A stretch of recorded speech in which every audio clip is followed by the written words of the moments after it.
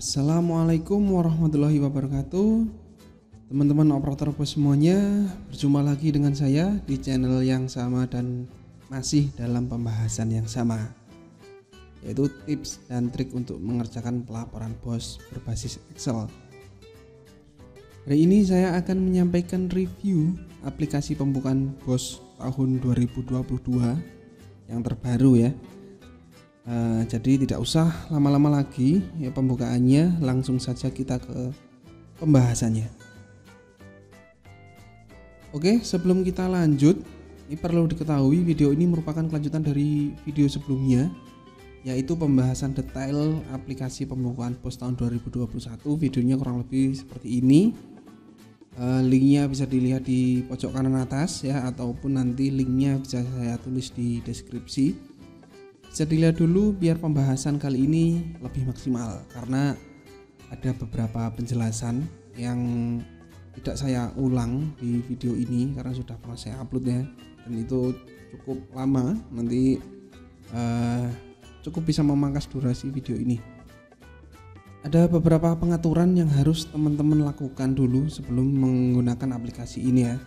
Di antaranya adalah mengenable makro pada Office-nya dan mengatur regional dan administratif pada kontrol panel. Untuk tutorialnya sudah saya sampaikan pada pembahasan detail aplikasi bos tahun 2021 ya, bisa dilihat di link yang tadi. Silahkan mampir dulu ke videonya untuk mencari tahu cara detailnya ya. Silahkan, kalau sudah tahu bisa lanjut menonton video ini sampai selesai. Video ini akan cukup panjang, jadi silahkan siapkan ya cemilan lah atau kopi atau yang lainnya untuk menemani teman-teman semuanya dalam mempelajari video ini. Video ini akan dibagi menjadi beberapa segmen, yaitu yang pertama adalah membahas tentang fitur-fitur yang terdapat pada ribbon, yaitu ribbon itu ada di sebelah atas ini. Ini biasanya saya bilangnya ribbon ya, Bapak Ibu bisa apalah bilangnya ya. Ini yang nanti pertama akan kita bahas, yaitu fitur-fitur yang ada di sini. Ada beberapa penambahan juga kalau dibandingkan dengan tahun 2021. Lalu yang kedua adalah membahas tentang isian profil lembaga. Itu profil lembaga itu ini karena cukup ada yang bingung juga, ada beberapa pertanyaan juga tentang pengisiannya. Lalu ada membahas output berkas ya, output berkas dari aplikasi ini apa saja toh. Jadi ada beberapa teman-teman juga yang ketika ingin menggunakan aplikasi ini, tertarik menggunakan aplikasi ini ya, bertanya apa saja yang bisa dihasilkan dari aplikasi ini itu. Dan yang terakhir adalah tentang alur cara pengisian aplikasinya yang mudah, tipsnya itu seperti apa. Ini juga banyak sekali yang menanyakan dari teman-teman yang baru sekali menggunakan aplikasi ini, sering tanya ini mulainya ngisinya dari mana atau ngisinya yang enak seperti apa, karena tombol-tombolnya banyak sekali seperti itu ya. Nanti akan kita bahas di bagian paling akhir. Nah sebelum itu teman-teman juga harus tahu apa saja fitur-fitur yang ada di sini. Kalau sudah tahu fitur semuanya, baru kita nanti akan bahas pengisiannya. Karena kalau alurnya, kalau teman-teman belum memahami tentang fungsi-fungsinya, nanti kita bahas alurnya tetap kembali aja nanti bingung ya. Makanya itu saya taruh di bagian paling belakang. Sebenarnya bagian paling penting itu. Oke, kita langsung saja ke segmen yang pertama.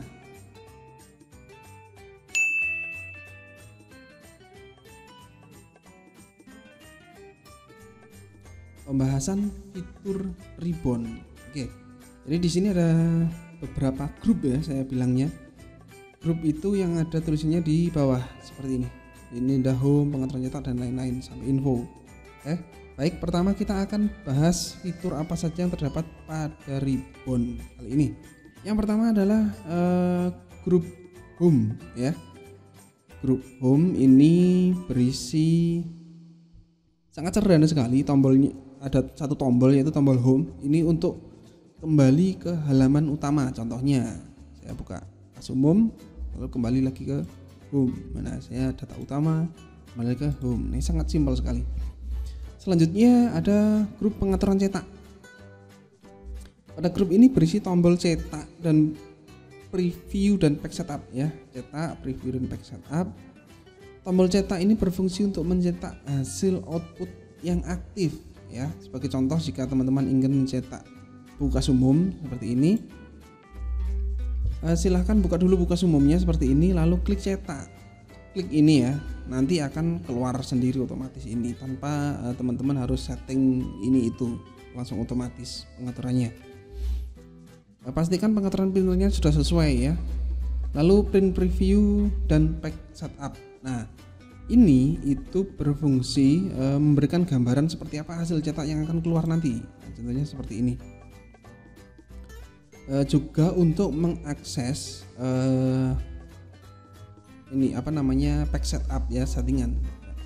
Saya tadi bilang di awal sebelumnya, teman-teman nanti ketika mencetak tinggal cetak saja tanpa melakukan setting ini itu. Nah, maksud saya setting ini itu tuh setting yang ini. Nah, karena ini sudah istilahnya saya dipermanenkan di sini, karena teman-teman nggak perlu mengatur lagi. Nah, tapi jika teman-teman nanti kurang pas ya, kurang sesuai dengan settingan ini, bisa juga mengakses pack setup ini lalu disetting, misalnya kertasnya mau apa, atau portrait atau landscape seperti itu, bisa diatur di sini, header, footer, sheet, margin dan lain-lain ya. Untuk menutupnya silakan klik close print preview seperti itu. Selanjutnya adalah grup edit. Grup ini memuat beberapa tombol ya, diantaranya adalah tombol copy. Tombol ini berfungsi untuk mengcopy data. Hal ini sama seperti kalau teman-teman mengklik Ctrl plus C ya. Misal saya kasih contoh pada data utama ini, nanti akan kita bahas lebih lanjut ya untuk ini. Nah, misalnya ini ya, copy, lalu ini di paste di sini. Nah, ini. Nah, tombol paste ini sebenarnya sama seperti teman-teman mengklik Ctrl V pada keyboard, tapi dikhususkan untuk yang ini itu perintahnya adalah berisi tentang paste special value. Kalau teman-teman mau akses yang lain bisa klik kanan. Nah, paste spesialnya di sini kan ada banyak ya. Kalau yang perintah yang saya tanamkan pada tombol ini adalah untuk ini paste special value, isinya seperti itu. Selanjutnya adalah tombol tambah baris ya. Hal ini berfungsi untuk menambah atau menginsert baris pada halaman editor utama ketika teman-teman melakukan input data pada data utama. Contohnya seperti ini. Ingin menambahkan baris di sini ya, klik saja lalu tambah baris. Oke, seperti itu. Sangat sederhana sekali. Lalu untuk tombol delete-nya itu untuk menghapus salah satu barisnya. Itu tinggal klik saja delete baris. Nah, itu sangat sederhana sekali. Lalu tombol simpan ini berfungsi untuk menyimpan ya, sama seperti kalau teman-teman menekan Ctrl S pada keyboard ya, untuk menyimpan hasil pekerjaannya. Lalu kita dapati sebelah kanan dari grup edit yaitu ada grup akun. Grup ini berisi dua tombol ya, yaitu tombol logout. Tombol ini berfungsi untuk mengembalikan aplikasi ke posisi login dengan tujuan untuk mengamankan data supaya tidak bisa diedit oleh sembarangan orang ataupun tidak sengaja teredit ketika teman-teman sedang meninggalkan pekerjaan sementara waktu. Misalnya saya contohkan, ini logout ini ya, nanti akan otomatis kembali ke halaman ini, halaman untuk login ya. Untuk kembali gimana ya, tinggal klik login user, ketikkan username-nya lalu passwordnya, lalu klik lalu nanti akan kembali ke halaman home.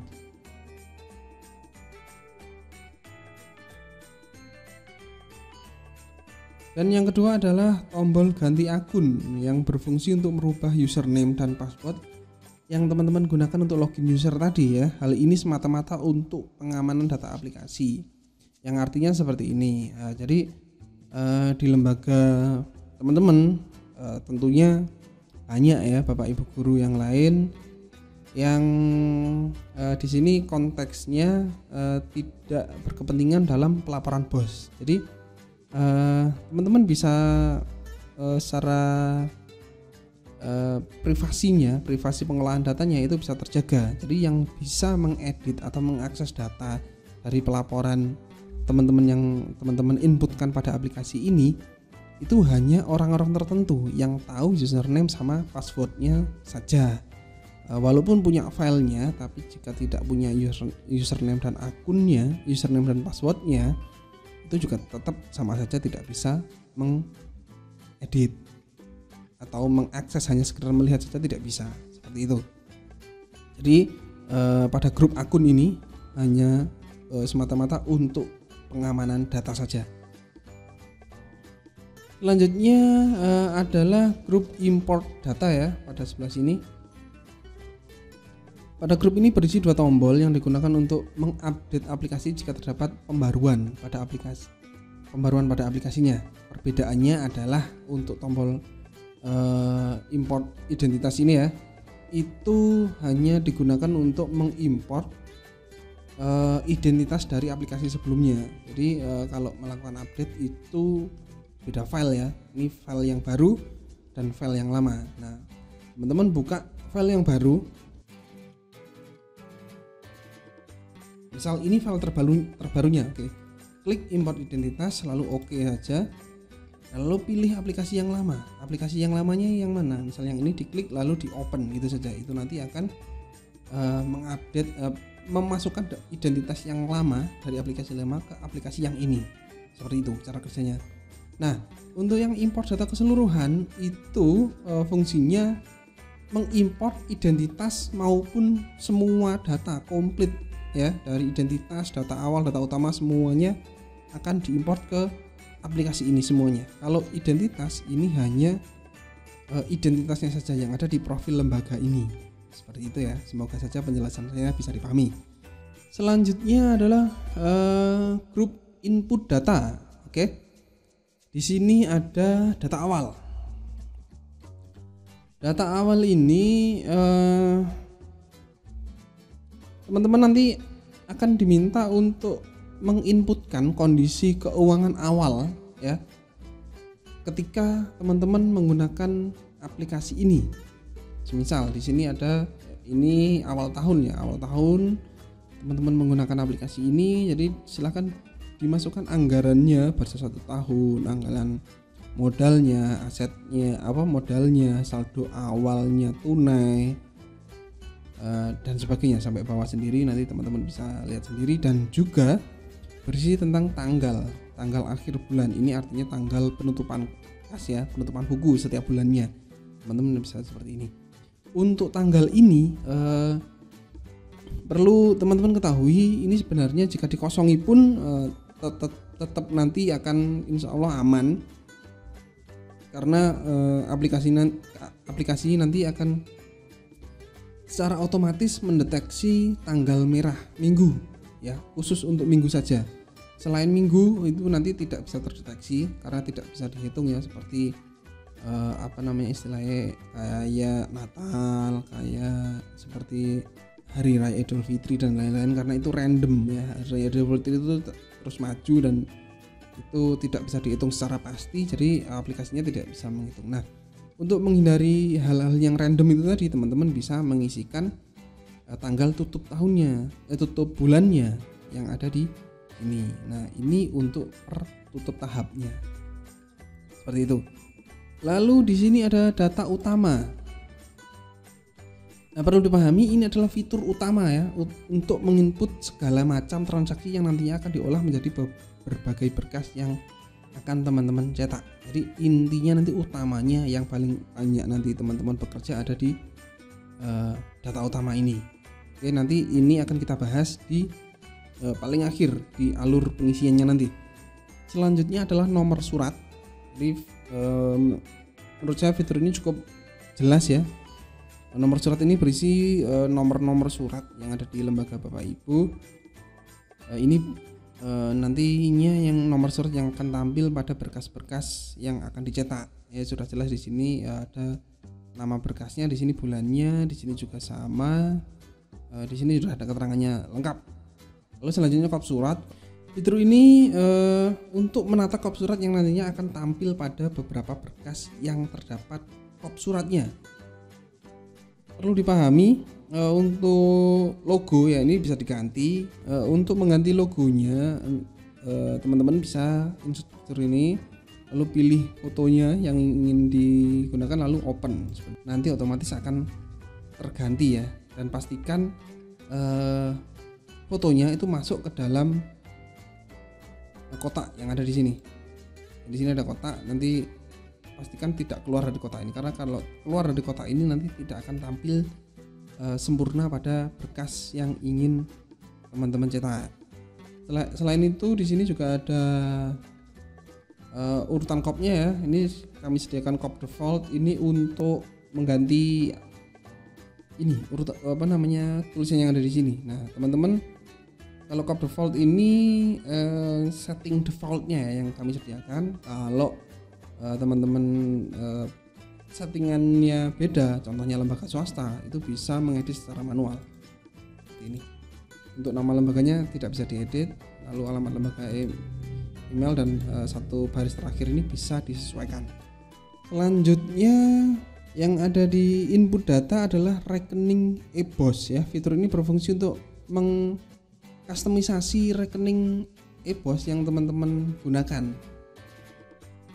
Artinya teman-teman bisa menambahkan sendiri rekening yang tidak ada pada aplikasi ini, ataupun juga bisa menghapus rekening-rekening yang sekiranya tidak terpakai ya, tidak terpakai atau tidak mungkin terpakai, karena rekening itu macam-macam dan yang sesuai dengan lembaga pendidikan itu biasanya juga terbatas juga ya yang boleh dibelanjakan.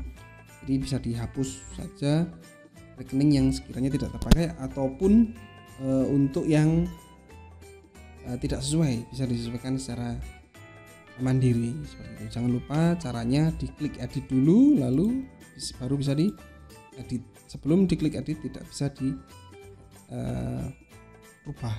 Nah setelah diedit pastikan klik simpan untuk menyimpan hasil istilahnya hasil editan dari teman-teman.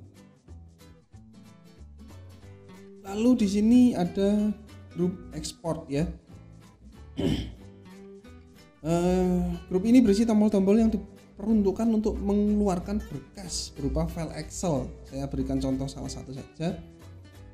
Di sini ada ekspor data, ada ekspor pembukuan dan ekspor laporan sekolah. Saya contohkan di ekspor pembukuan, lalu ekspor BKU. Ya, tunggu prosesnya sebentar.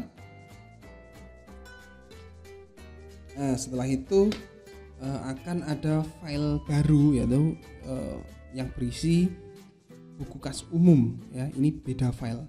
Di filenya ada dua, yang ini aplikasi, yang ini hasil eksportannya tadi.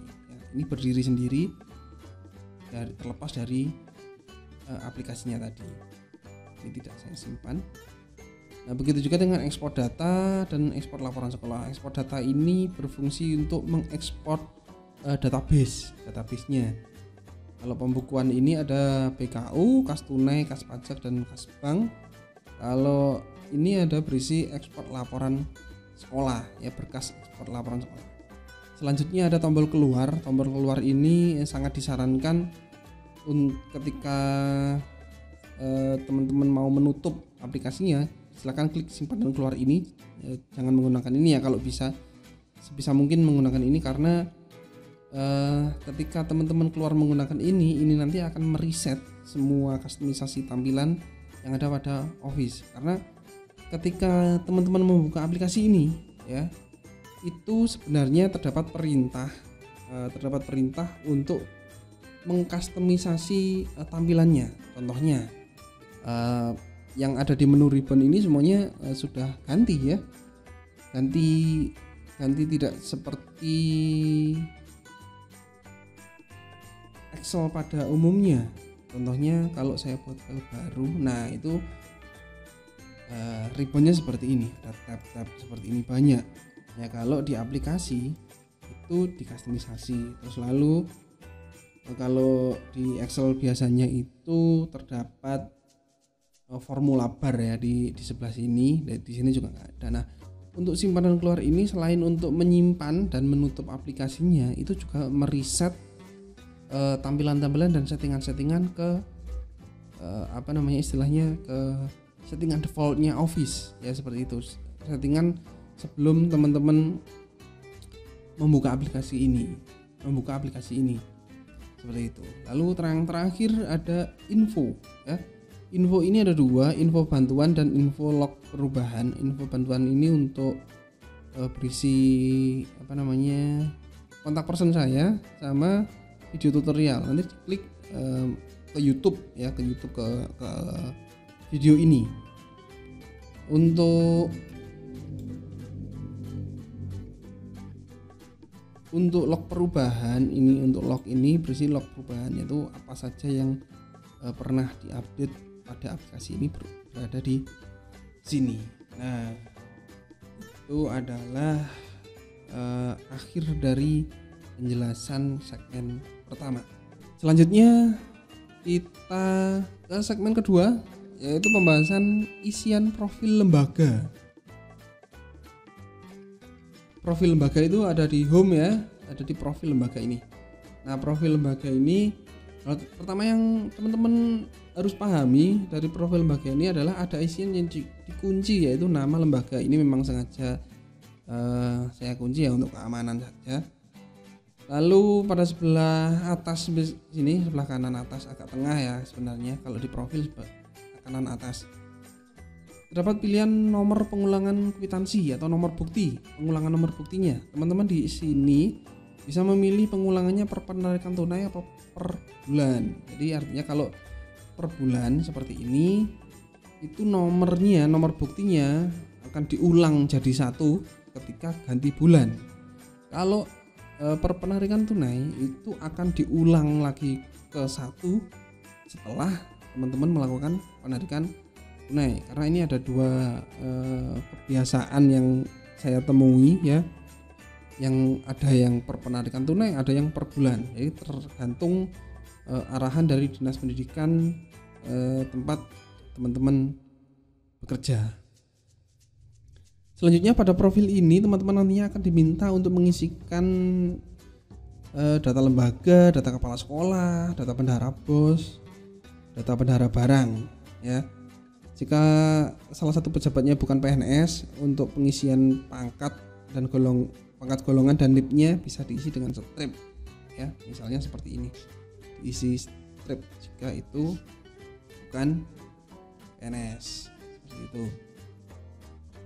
Dan jangan lupa pastikan tahun yang diisi pada halaman ini sesuai dengan tahun anggaran yang akan dilaporkan ya, tahun yang ini. Karena jika pengisian tahunnya salah, maka data yang tanggal transaksinya tidak sesuai dengan tahun yang diisikan, maka tidak akan tampil pada laporan. Maksudnya seperti ini. Data utama di sini kan ada tanggal ini ya. Kalau tanggalnya ini tahunnya, ini kan tahun 2001 ini, data masih lama, belum saya ganti. Ini tahunnya 2021 dan di sini tahunnya 2022. Maka di beberapa laporan yang berkaitan dengan tanggal dan tahun itu nanti datanya tidak akan tampil seperti itu. Maka pastikan tahunnya sama. Jadi seperti itu penjelasan tentang profil lembaga. Oke, selanjutnya kita masuk segmen ketiga, yaitu kita akan membahas hasil output dari aplikasi.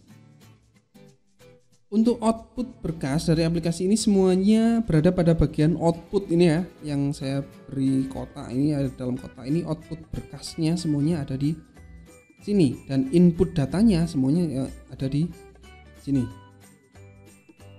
Jadi nanti teman-teman lebih mudah ya untuk mengakses output berkas apa saja yang akan dicetak.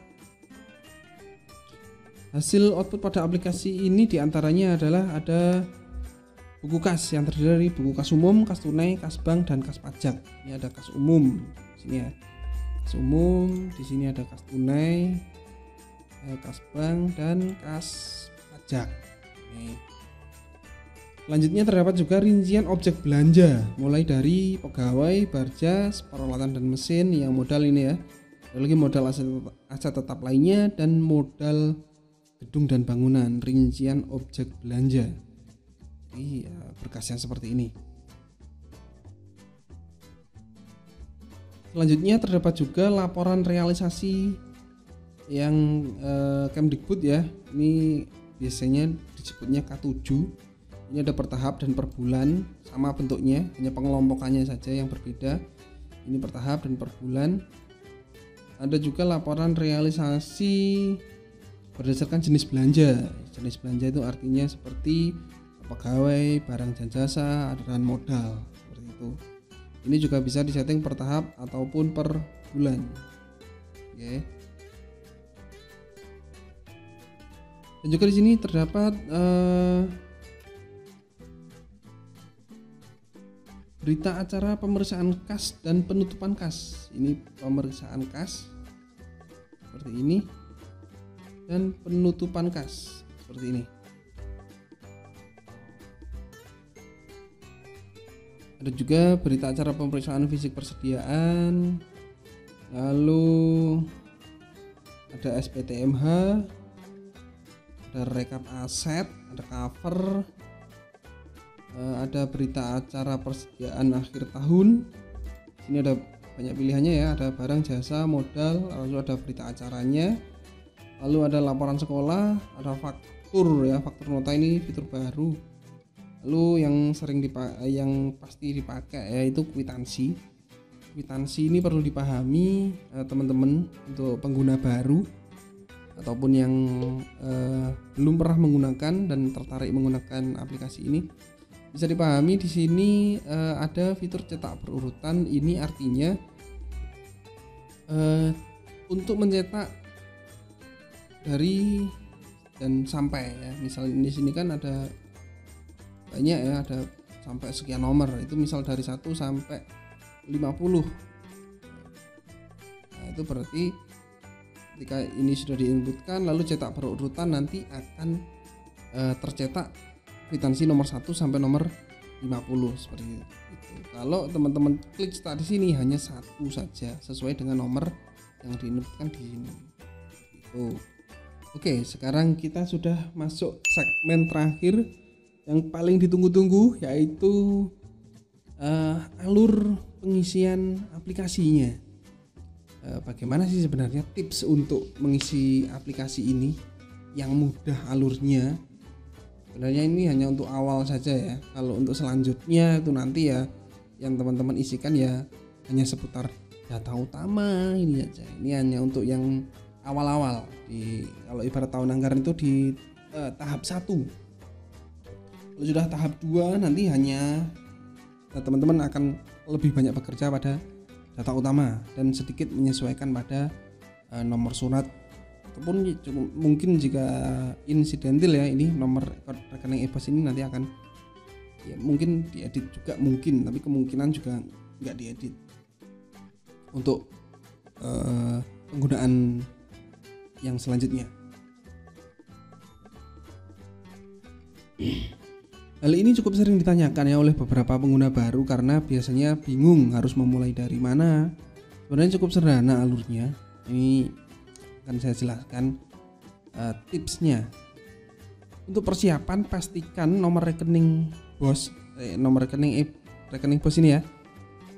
Ini sudah sesuai dengan data yang akan teman-teman inputkan. Jadi pastikan dulu rekeningnya ini benar ya, sesuai dengan arahan dari Dinas Pendidikan tempat teman-teman mengajar, tempat teman-teman bekerja. Untuk langkah pertamanya silahkan update aplikasinya dulu jika terdapat update. Jika baru ya nggak usah diupdate, nggak apa-apa, langsung saja ke langkah kedua. Nah, langkah keduanya adalah lengkapi profil lembaga.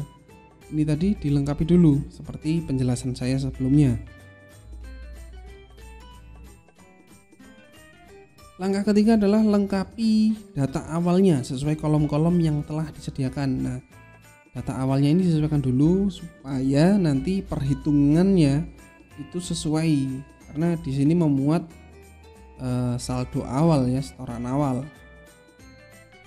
Langkah keempat adalah yang paling penting, yaitu mengisi data utama. Yang perlu teman-teman perhatikan adalah pertama, klik edit dulu untuk memulai mengedit, karena ini nggak bisa diedit loh ya, nggak bisa diedit, terkunci. Jika teman-teman mengedit, klik edit dulu. Nah, ini baru bisa diedit. Selanjutnya perhatikan keterangan-keterangan yang terdapat pada kolom seperti ini. Jadi di sebelah atas ya, di sebelah atas ini terdapat keterangan-keterangan. Di sini kolom ini tidak boleh ada yang kosong. Misal jadi dari awal sampai akhir, dari awal sampai terakhir ini nggak boleh ada yang kosong. Nah, yang lain apa boleh? Ada. Nah, ini boleh kosong, ini nggak apa-apa. Ini kegiatan. Saya jelaskan sedikit. Kolom kegiatan ini berisi tentang kegiatannya, kegiatan yang menimbulkan biaya ya. Itu kegiatannya apa? Misal di sini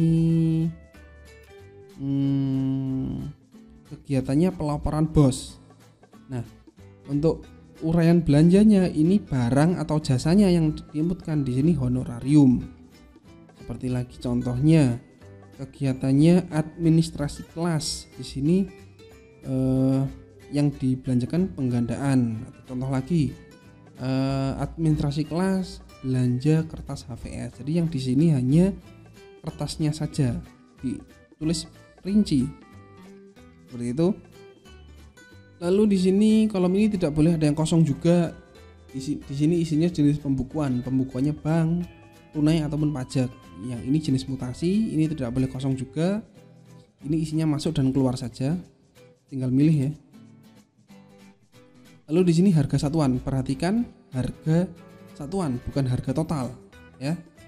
Ini sering sesuai pengalaman yang sudah.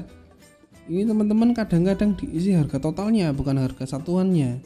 Misal beli kertas HVS 5 lembar maaf, kertas HVS 5 rim. Per rimnya harganya 50.000. Berarti kalau 50.000 kali 5 itu 250.000. Nah, di sini diisikan 50.000 harga satuannya, bukan 250.000-nya. Seperti itu. Lalu di sini ada tanggal transaksi, ini boleh dikosongi, tapi perhatikan untuk yang dikosongi itu yang seperti ini, yang tidak ada tanggal transaksinya, seperti dana bos masuk rekening, penarikan tunai, itu karena tidak ada tanggal transaksinya, hanya satu. Nah, seperti semisal belanja gitu ya, karena pencairannya itu tanggal 25 bulan 3, makanya yang Januari ini tanggal transaksinya istilahnya utang dulu ya, sesuai arahan yang teman-teman terima. Lalu di sini ada kode rekening, ada kode rekening e-bos yang berkaitan dengan kode rekening yang ini tadi, itu adalah kode rekening e-bos ya. Yang kode rekening ini beda, yang dari BPKD ini beda. Lalu di sini ada 12 komponen yang terdapat pada laporan Bos Kemdikbud. Lalu di sini 8 standar ini SNP ya, Standar Nasional Pendidikan, itu yang isinya 8 standar itu berdasarkan modal ini perlu diperiksa, diisikan khusus untuk pengeluaran belanja, bukan pajak ataupun transaksi bank non belanja ya, yang hanya belanja saja.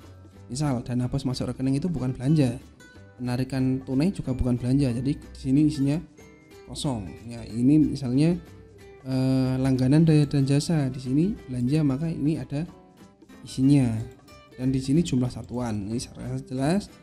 Transaksinya pada tahap berapa, kolom ini tidak boleh ada yang kosong, jadi dari awal sampai akhir harus diisi.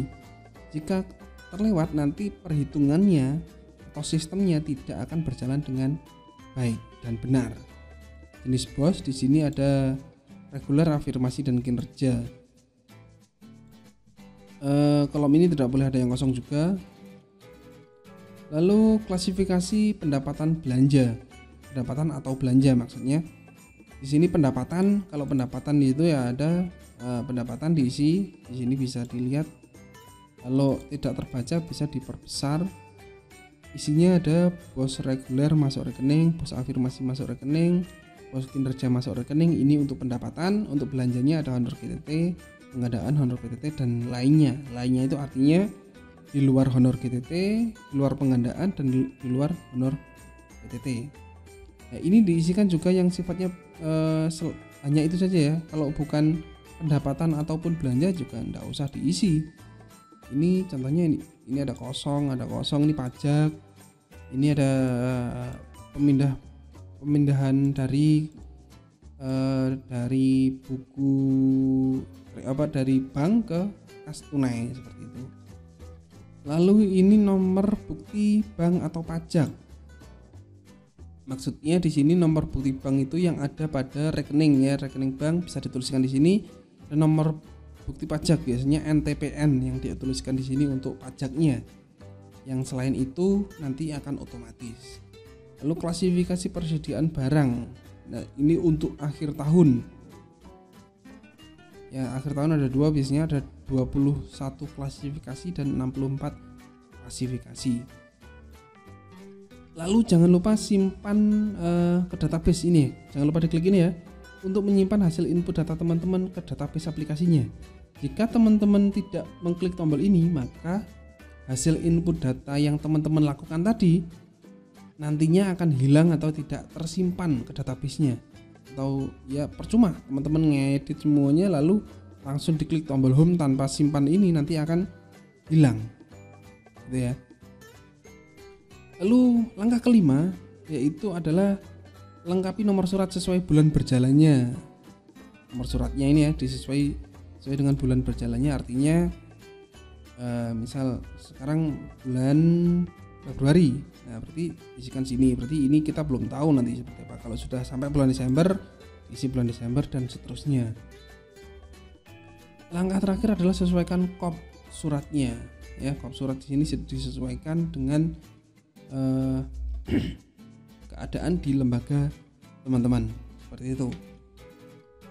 Untuk nomor surat dan kop surat ini hanya sederhana ya, dan data awal ini juga jarang berubah kalau menurut saya, kalau tidak ada perubahan anggaran.